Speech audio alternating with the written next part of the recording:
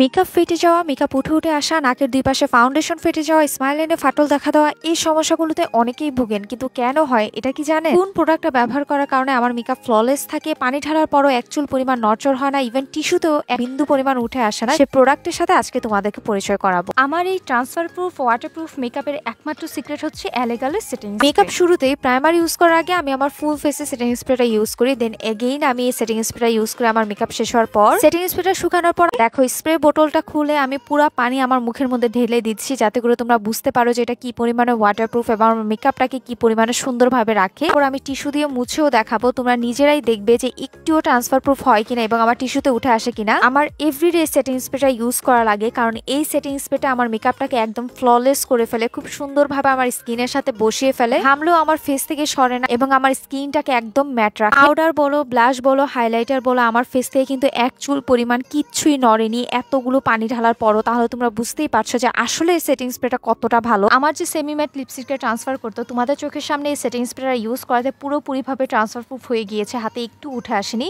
Student বাজেটে best setting spray খুঁজে থাকলে এটাই ফার্স্ট প্রায়োরিটিতে রাখবে। এই যে দেখো হাত দিয়ে গালে ঘষাঘষি করছি, ব্লাশ বা ফাউন্ডেশন কিছুই কিন্তু সরছে না এবং আমার হাতে উঠে আসছে না। এইটা আমি নিয়েছি লুক্সের লুকবুক পেজ থেকে। যারা কম দামের মধ্যে ভালো একটা সেটিং স্প্রে খুঁজছো এই গরমের জন্য, তারা চোখ বন্ধ করে নিয়ে নাও। নতুন ভিডিও পেতে আমার পেজটিকে ফলো করবে। টাটা।